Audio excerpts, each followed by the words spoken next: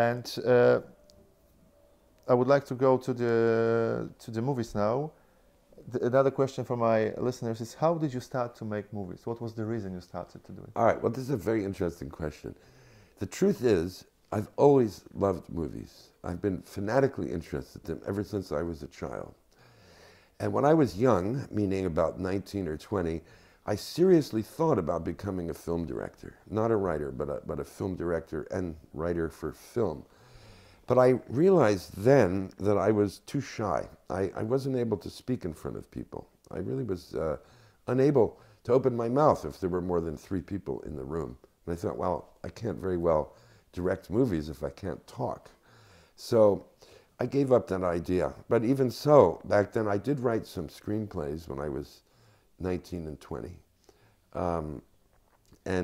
Always had the keenest interest and have followed film as closely as I've followed books from the beginning. But I never really thought I would do anything in film until I started publishing novels. It's very ironic. And once my novels went out into the world, filmmakers started to call me up and say, well, I'd like to make a film of your book, or would you work on a project with me? And so eventually, Wayne Wang, who was my collaborator on Smoke and Blue in the Face, got in touch. And I discovered that I did want to work with him.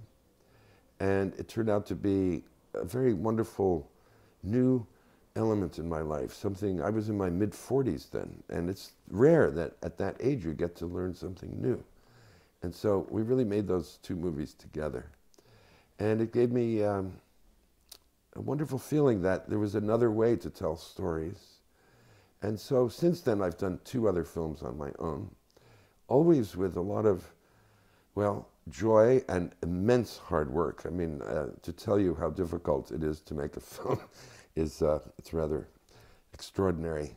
But I've loved it. And I must say, it's the one thing that has gotten me out of my room a little bit as a grown-up person, and made me, give me the chance to work with other people. And I do like collaborating, and film is collaboration. So I'm very glad that I was able to do this. That's one of my thoughts. I mean, that when you're writing a book, you're always on your own. Yeah. And then you had a chance to work with such a great actors like Mira Sorvino, Harvey Keitel, or William Dafoe, directing them also. Yes, yes.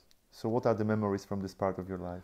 Well, I have to say that I've never had any problems with actors. And when Wayne and I were first working on Smoke and we cast the film, we did 3.5 weeks of rehearsal.